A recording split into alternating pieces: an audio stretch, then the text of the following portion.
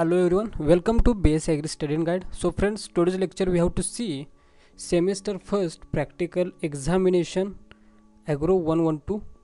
In this lecture we have to see all about semester end practical examination for agronomy 112 and how to read manual for examination. तर मित्रांनो, आपण आज या video लेक्चरमध्ये पाहणार आहोत सेमिस्टर पहिले साठी ॲग्रो 112 साठी प्रॅक्टिकल एक्झाम कशी येऊ शकते. त्याचप्रमाणे तुम्ही प्रॅक्टिकल एक्झामचा स्टडी करताना मॅन्युअल कसे रीड कराल. त्याचप्रमाणे आपल्याला मॅन्युअलमधील कोणकोणते क्वेश्चन्स येऊ शकतात हे देखील आपण या व्हिडिओ लेक्चरमध्ये पाहणार आहोत. तर या व्हिडिओमध्ये exam pattern, spottings, important exercise, MCQ, descriptive questions, problems, short answer questions, manual, viva and project याबद्दल आपण माहिती घेणार आहोत. तर मित्रांनो, पहिल्यांदा आपण पाहूयात ॲग्रो 112 साठी तुम्हाला मॅन्युअल कशा प्रकारे येणार आहे आणि त्यामध्ये कोणकोणते एक्झरसाइज आहेत आणि तुम्हाला कोणते एक्झरसाइज वाचायचे आहेत, इम्पॉर्टंट असणार आहेत ते. तर या ठिकाणी आपण पाहूयात ॲग्रो 112 साठीचं मॅन्युअल आपण पाहू शकतोय. इंट्रोडक्टरी ॲग्रोमेट्रोलॉजी अँड क्लायमेट चेंज यामध्ये आपल्याला कशा प्रकारचं मॅन्युअल येणार आहे हे पाहूया आपण. यामध्ये पहा, फर्स्ट एक्झरसाइज आहे तो visit to agrometeorological observatory, site selection of observatory, exposure of instruments and weather data recording. त्यानंतर measurement of air temperature, its tabulation and variation. त्यानंतर soil temperature, rainfall, wind, evaporation, transpiration, measurement of sunshine duration, measurement of solar radiation, measurement of atmospheric pressure. अशा प्रकारे सर्व जे exercise आहेत ते आपल्याला या मॅन्युअलमध्ये स्टडी करायचे आहेत. त्यानंतर measurement of relative humidity, dew, synoptic charts and automatic weather station या सर्वांचा स्टडी आपल्याला यामध्ये असतो. तर आपण पाहूयात exercise number first and second. Visit of agrometeorological observatory, site selection of observatory and exposure of instruments and weather data recording. तर यामध्ये आपल्याला पाहायचं असतं, आपण जर एखादी ॲग्रोमेट्रोलॉजिकल ऑब्झर्वेटरी जर का विजिट केली तर त्यामध्ये साईट सिलेक्शन कशा प्रकारे असते, त्याचप्रमाणे इन्स्ट्रुमेंट कशा प्रकारे त्या ठिकाणी अरेंज केले जातात, त्यामधून वेदर डाटा रेकॉर्डिंग कसा केला जातो, हे सर्व आपल्याला त्यामधून स्टडी करायचं असतो. तर role of agrometeorology to study the climate, micro climate, forecasting, crop geometry, remote sensing in upper air observation, meteorological applications. तुम्हाला परीक्षेमध्ये question role of agricultural meteorology असा येऊ शकतो शॉर्ट आन्सरसाठी. तर काही कॉलेजेससाठी सर्वच MCQ असल्यामुळे तुम्हाला MCQ टाईपमध्ये क्वेश्चन विचारले जातील, त्यामध्ये प्रॉब्लेमसुद्धा MCQमध्येच विचारले जातील. तर काही कॉलेजेसना तुम्हाला डिस्क्रिप्टिव्ह लिहावं लागेल पेजवरती आणि PDF करून सेंड करावं लागतील. त्यानंतर पहा, ऑब्जेक्ट्स ऑफ ॲग्रोमेट्रोलॉजिकल ऑब्झर्वेटरी याचे तुम्हाला ऑब्जेक्टिव्ज लिहावे लागतील. तर त्यामध्ये काय काय तुम्हाला फॅक्टर्स असतील, कोणत्या स्टेजेस असतील, हे सर्व तुम्हाला लिहावं लागेल. त्यानंतर प्रोसिजर काय असणार आहे ॲग्रोमेट्रोलॉजिकल ऑब्झर्वेटरी इन्स्टॉल करण्यासाठी, हे देखील महत्त्वाचं आहे. त्यानंतर point should be considered while selecting agromet observatory. हा जो पॉईंट असणार आहे तो अत्यंत महत्त्वाचा आहे तुमच्या प्रॅक्टिकल एक्झामच्या दृष्टीनं. तर हे तुम्ही करून ठेवायचं आहे की जेणेकरून तुम्हाला जर यावरती क्वेश्चन आला तर तुम्हाला तो लिहिता आला पाहिजे. हे जे पॉईंट्स आहेत ते पॉईंट्स तुम्ही लक्षात ठेवायचे आहेत. तर त्यानंतर आपण पाहूयात प्लॅन ऑफ लेआउट.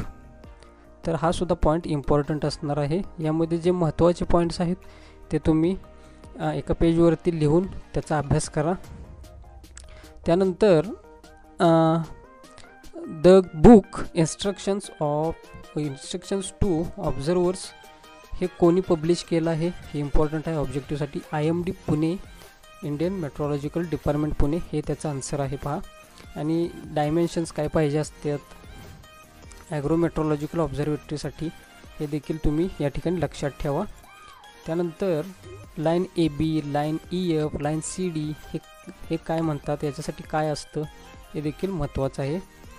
त्यानंतर following instruments are installed in observatory, हे जे इन्स्ट्रुमेंट्स आहेत ते इनलिस्ट करण्यासाठी तुम्हाला क्वेश्चन येऊ शकतो.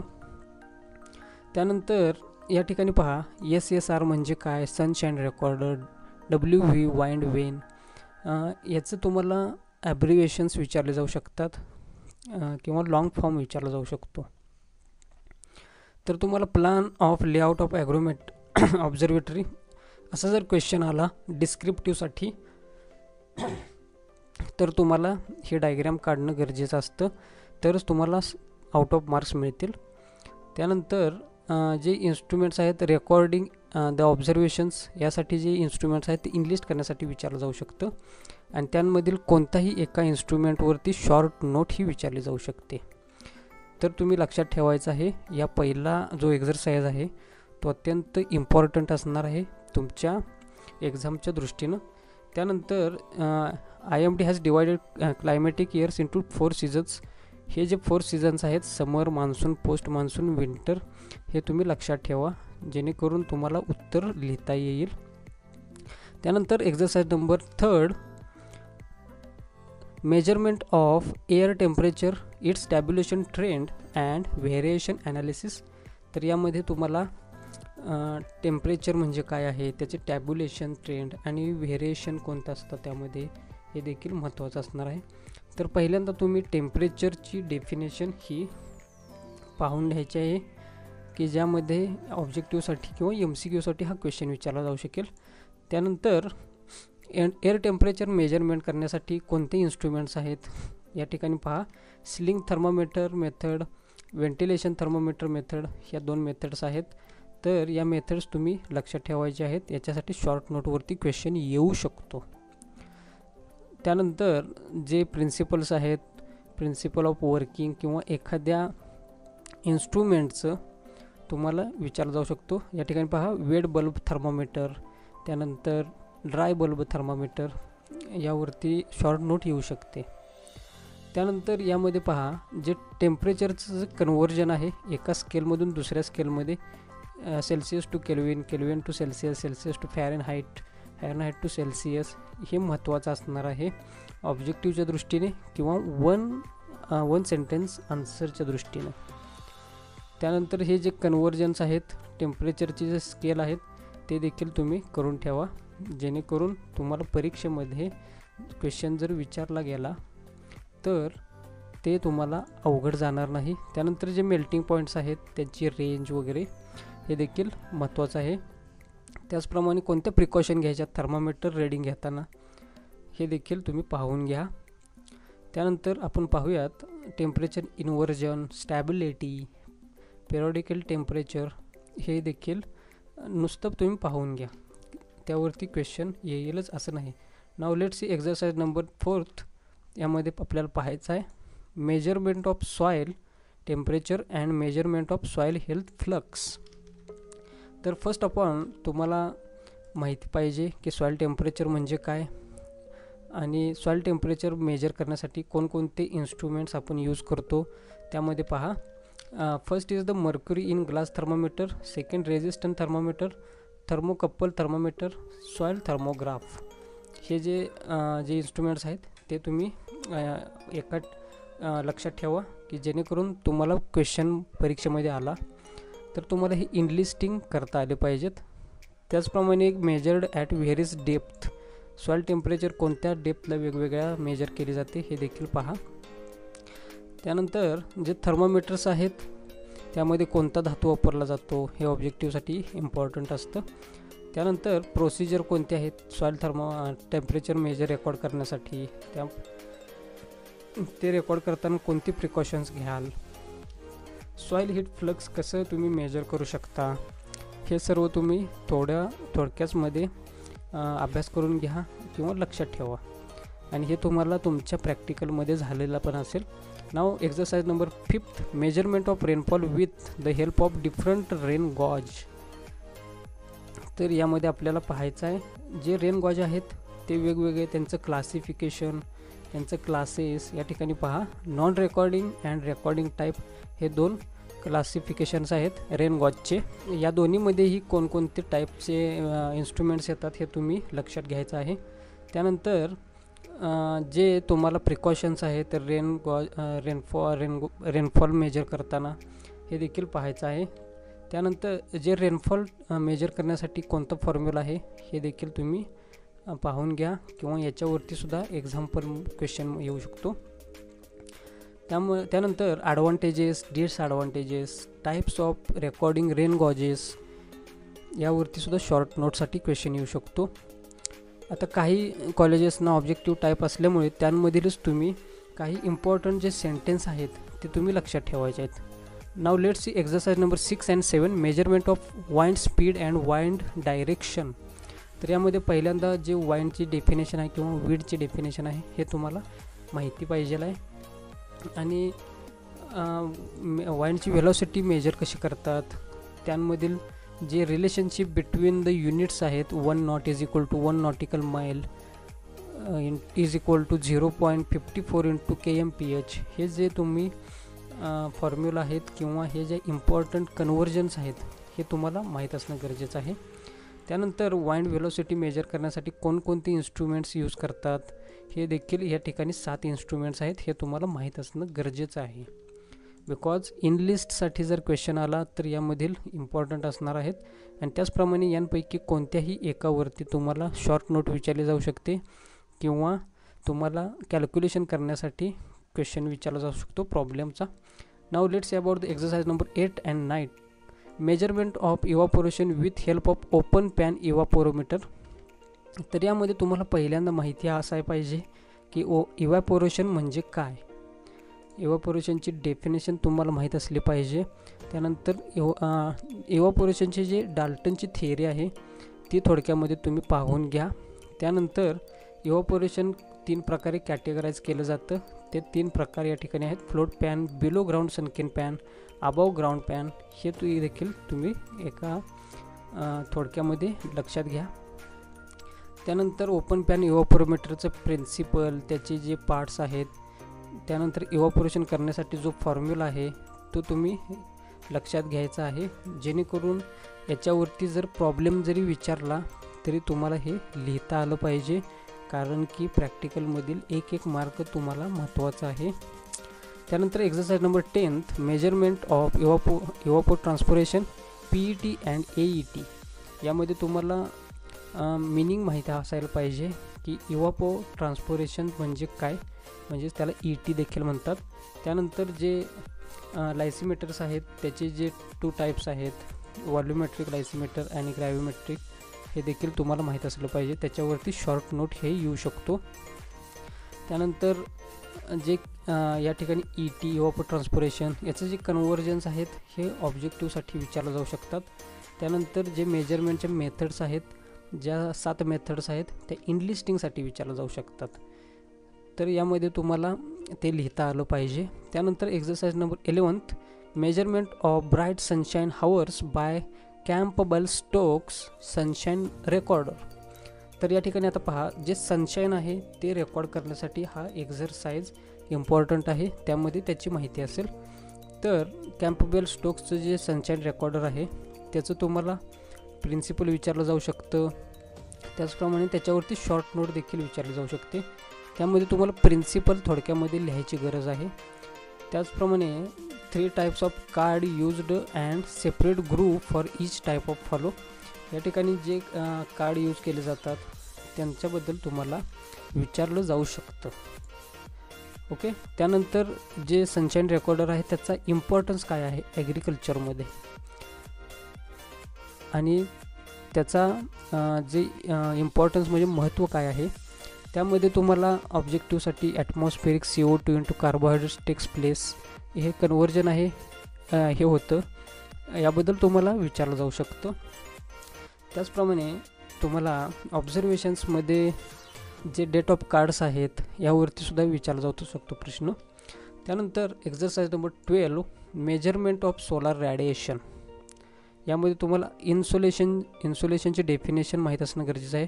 शॉर्ट वेव्ह रॅडिएशनची definition, direct radiation, diffused scattered or sky radiation, global radiations, या सर्वांची जी डेफिनेशन्स आहेत ते तुम्हाला माहीत असणं गरजेचं आहे. त्यानंतर जे अल्बेडो आहे हा जो इम्पॉर्टंट आहे डेफिनेशनसाठी विचारला जाऊ शकतो किंवा तुम्हाला ऑब्जेक्टिव्हसाठी सुद्धा अल्बेडोवरती क्वेश्चन येऊ शकतो. त्यानंतर अल्बेडोचं मेजरमेंट करण्यासाठी जो फॉर्म्युला आहे तो तुम्ही लक्षात ठेवा, जेणेकरून त्याच्यावरती जर क्वेश्चन आला तर तुम्हाला तो लिहिता आला पाहिजे.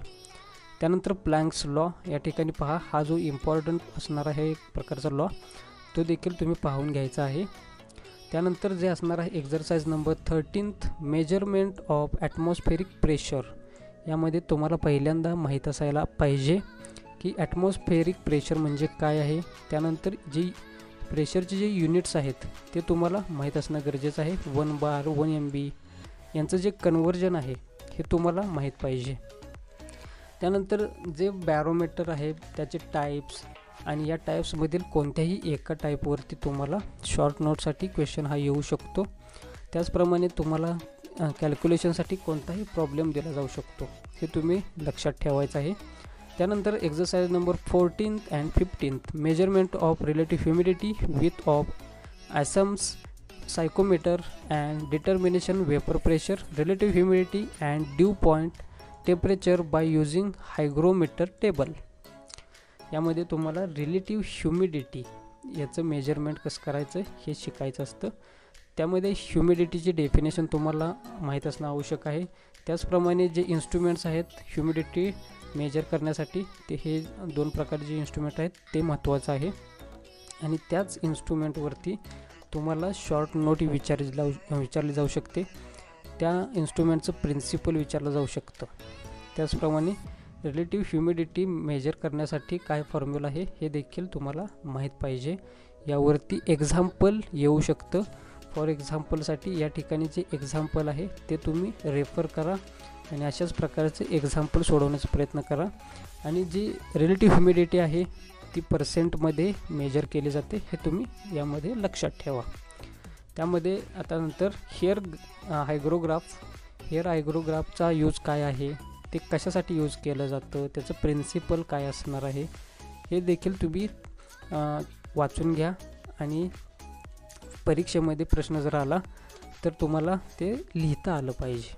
त्यानंतर ह्युमिडिटीचं इम्पॉर्टन्स काय आहे ॲग्रिकल्चरमध्ये आणि ॲटमॉस्फिअरमध्ये हे देखील तुम्हाला माहीत पाहिजे. या ठिकाणी तुम्ही थोडक्यात त्याचं उत्तर लिहू शकता. त्यानंतर exercise number 16 measurement of due. यामध्ये फर्स्ट अपॉन तुम्हाला माहीत असलं पाहिजे ड्यूची डेफिनेशन, ड्यू म्हणजे काय आहे. त्यानंतर कोणत्या वाइंड व्हेलॉसिटीला ड्यू तयार होतं, किती रिलेटिव्ह ह्युमिडिटीला ड्यू तयार होतं हे देखील तुम्हाला माहीत पाहिजे. त्यानंतर जे ड्यू मेजर करण्यासाठी इन्स्ट्रुमेंट आहे त्याला ड्यू गॉज म्हणतात. हे डिझाईन कोणी केलं, त्यानंतर त्याची साईज किती असते, त्याची हाईट्स किती असतात आणि त्याच्यामध्ये ड्यू गॉजचं मेजर घेत असताना प्रिकॉशन्स काय घ्यायला पाहिजेत हे तुम्ही लक्षात ठेवा. आणि त्याचा सिग्निफिकन्स किंवा यूज ॲग्रिकल्चरमध्ये काय आहे ड्यू गॉजचा हे देखील तुम्हाला माहीत पाहिजे. त्यानंतर exercise number 17 preparation of synoptic charts. आता या ठिकाणी पहा, सिनॉप्टिक चार्ट्स म्हणजे काय आहे हे देखील तुम्हाला आत्ता माहीत पाहिजे. त्याचं मिनिंग काय आहे, त्याचं ॲग्रिकल्चरमध्ये यूज काय आहे, ते कोणकोणत्या लेटर्सनी रिप्रेझेंट केलं जातं. त्याचप्रमाणे या ठिकाणी पहा, TTT represent temperature, VV represents visibility in message. या ठिकाणी जे सिनॉप्टिक चार्ट्स आहेत जनरली ते कोणत्या वेदर एलिमेंट्सवरती फॉलो केले जातात हे देखील तुम्ही एकदा वाचून घ्या. त्यानंतर कोणकोणत्या ज्या मॉडेल्स आहेत, प्लॉटिंग ऑफ स्टेशन मॉडेल, त्यामध्ये कोणकोणते कोड्स यूज केले जातात, या कोडसाठीचे ॲब्रिव्हिएशन्स काय आहेत, याचा लॉंग फॉर्म काय आहे हे तुम्हाला माहीत असणं गरजेचं आहे.